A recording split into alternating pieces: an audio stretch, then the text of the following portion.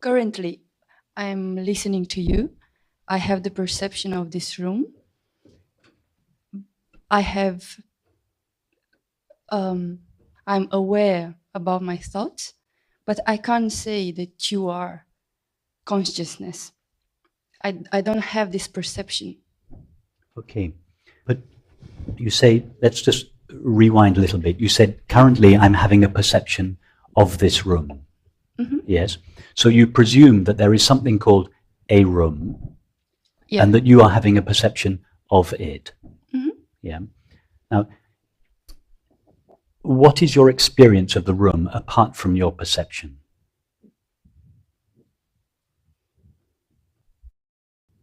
Let's remove your perception. Yes? What remains of the room?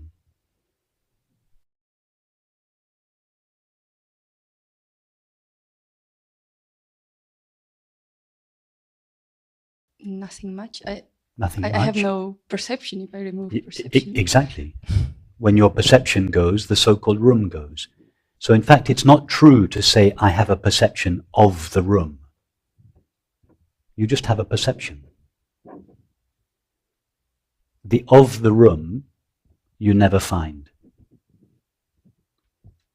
But if I just remove the perception, there is no perception. Yes. But so what I'm trying to show you, first of all, as a first step towards answering your question, is that your current perception is not a perception of a room. It's just a perception. Because you've never experienced the room independent of your perception. Yeah? That's true. So it's just a perception. Now, let's call it, it's just the experience of seeing. Mm-hmm. Your only knowledge of this so-called room out there is the experience of seeing. Yeah? Yeah. So what is the experience of seeing made of? What is its substance? It has a substance, yes? It's made of something. What would that something be?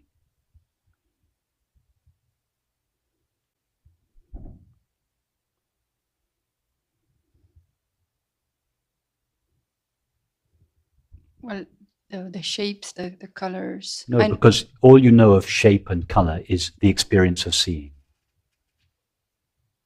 What is that experience made of? If you were to touch the stuff that seeing is made of, what would you touch?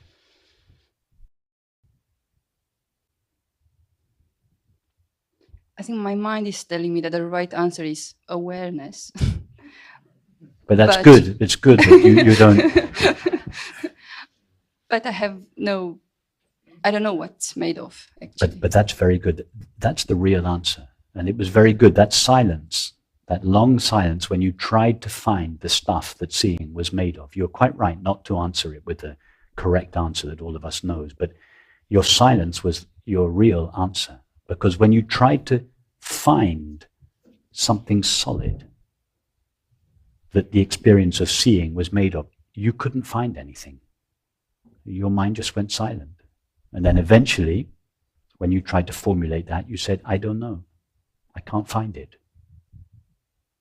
But nevertheless, you know the experience of seeing. So that this empty substance that seeing is made of is made at least of knowing, because you know the experience. Mm-hmm.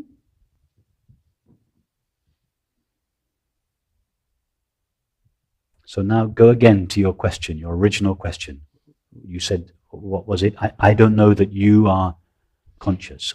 Yeah, my original question was that, I'll put it as I thought it, although it's not correct. So I have a limited amount of awareness about myself and my own thoughts. However, what I perceive about you or the room or whatever are some objects, are some shapes and colors. And but we've just seen that all you ever actually come in contact with is this empty knowing. all you know of so-called Rupert is seeing and hearing. Yeah? All you know of Rupert is seeing and hearing. Is that true? How far away from yourself does the experience of seeing and hearing take place? 10 meters? Not very far. It's inside. And yes, and what is seeing and hearing made of? If it takes place inside of you, it must be made of whatever is on the inside of you. Yeah? Seeing and hearing is not made out of something outside of you. It is made of what is inside you, which is consciousness. It's more that myself, it's like capturing something from outside, which is your voice. But what is this outside that you are referring to? Show me something, tell us about something that you experience that is outside your consciousness. I know, of course, what you're referring to, that the deeply held belief that we are all brought up with, that there is something outside awareness. But I'm now asking you to explore that belief, because your question is based on that belief. I'm asking you, can you find something outside consciousness? Look around you now, try to point to something in your experience that is taking place outside consciousness.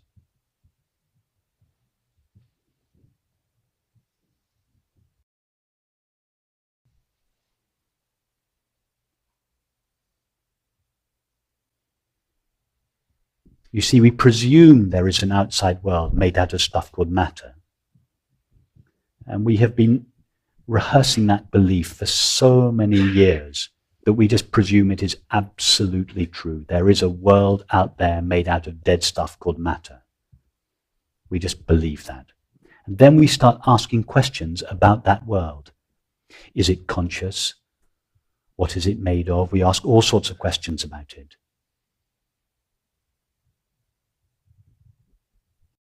But the belief in such a world made out of dead stuff called matter, existing independently of awareness, is simply a belief.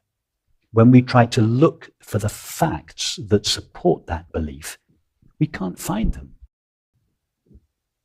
You just admitted from your own experience, not because of what I said, but from your own experience, that all you know of Rupert is the experience of seeing and hearing. Indeed, all you know of this room is the experience of seeing and touching. All you know of a so-called outside world is the experience of seeing, hearing, touching, tasting, and smelling. That's all you know of the outside world, is seeing, hearing, touching, tasting, and smelling. Where do they take place? Outside yourself?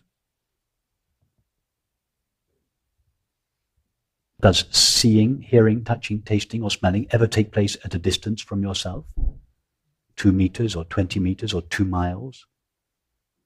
No. All experience is totally intimate, closer than close. You've never experienced anything at a distance from yourself.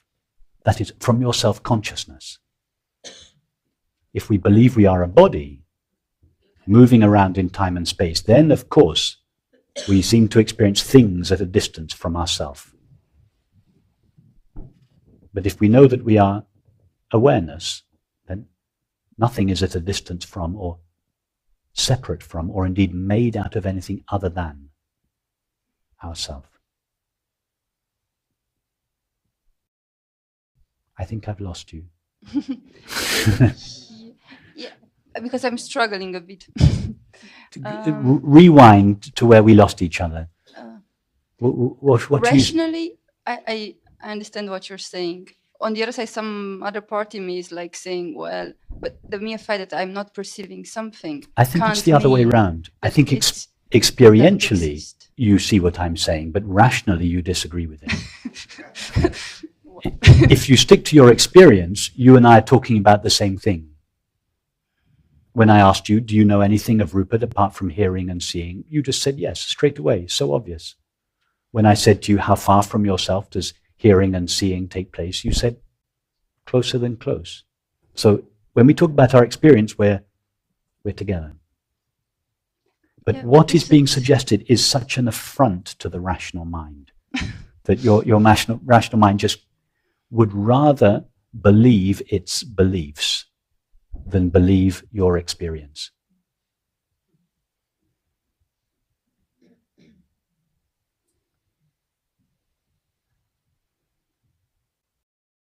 Yeah, because another part of me is saying like, well, the mere fact that right now I'm just having this experience is like putting myself in the center of everything. So if I'm not perceiving something, that doesn't exist.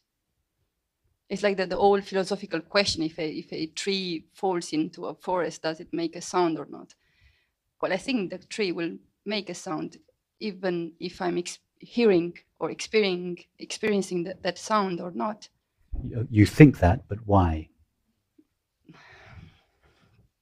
It's true, you do think that, but why? What evidence do you have? Yeah, but again, the fact that I don't have evidence for something does not mean that that something does not exist. That's very true. However, the analogy I usually use is, have you ever experienced a pink elephant? No. No. Now, the fact that you have never experienced a pink elephant doesn't prove that pink elephants don't exist. You're absolutely right. They could exist. Yeah?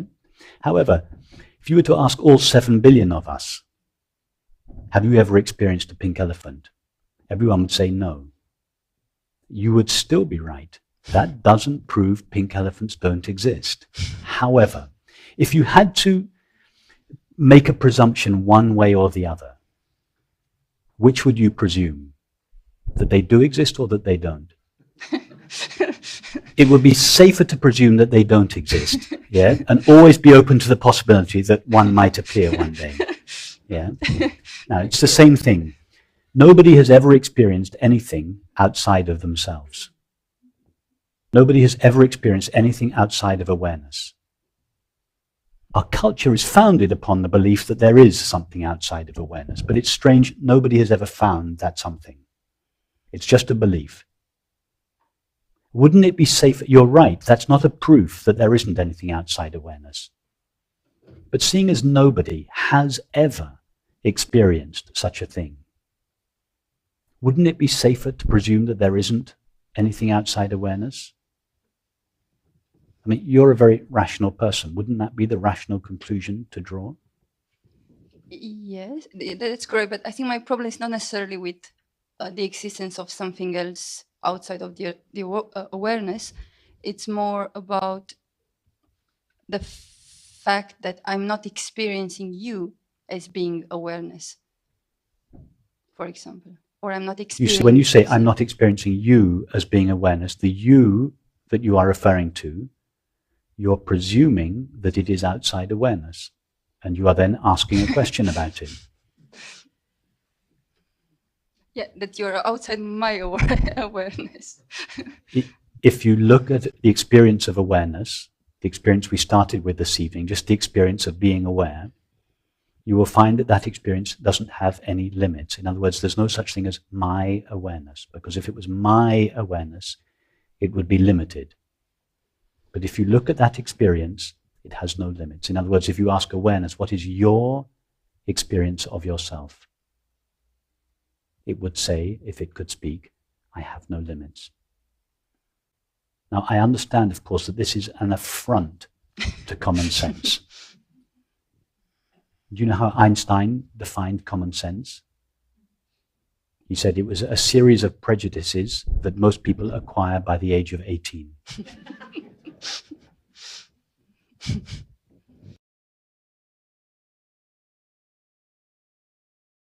I understand, of course, that what is being said is an affront to the presumptions upon which our culture is based. But when you look around at our culture, do you see a culture that's got everything sorted out? Do you see a sane, intelligent, loving culture? No. Not really. Could it be that the founding principles of our culture are faulty? I mean, if it was just a matter of tweaking borders between countries and getting the welfare national health system working a bit better, don't you think we would have sorted that out by now? Why do you think culture is still, our world culture is still in so much conflict? Could it be that it's something deeper? It's a deeper issue than simply who owns which piece of land. Could it be that the conflict that's experienced in our culture is due to something that is fundamental in our culture, a fundamental way of looking at experience?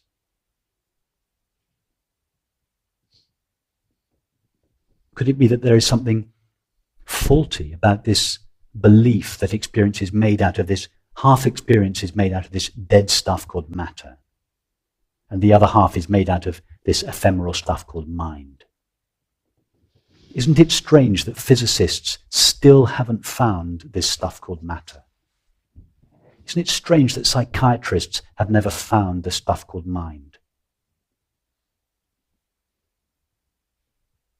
We think that's what our experience consists of, mind and matter. But the experts, not cranks like me, but the ones that really know, like physicists and psychiatrists, the physicists have never found this stuff called matter. Psychiatrists have never found the stuff called mind. Why not? Do you think if they just try a little bit harder, they'll eventually find it in a few years' time? Could it be that it's not there? Could it be that mind and matter are concepts that are superimposed onto our experience? And doesn't everybody know at some level that all of this, that this universe, that this world, that this realm of experience, don't we all know that it is more than just dead inert stuff called matter? If you were to ask anybody on their deathbed, what was most important to you in your life? Do you think anybody would say mind and matter? No, people would say love, joy, beauty. Everybody knows, even if they don't need to formulate it in the way that I'm formulating it, but everybody knows that there is more to life than just mind and matter. Everybody knows that. Why do we love friendship? Why do we love intimacy in relationship? Because we love love. Why do we enjoy walking in nature? Because we love beauty. Why do all separate selves seek happiness 24/7? All throughout their lives, they seek this experience called fulfillment or joy. It's because everybody knows, everybody lives with this deep intuition that the reality of life is so much more than stuff called dead, inert stuff called matter, or this fleeting, ephemeral stuff called mind. We all know deeply in our hearts that there is a reality to experience. There is a sacred reality to experience.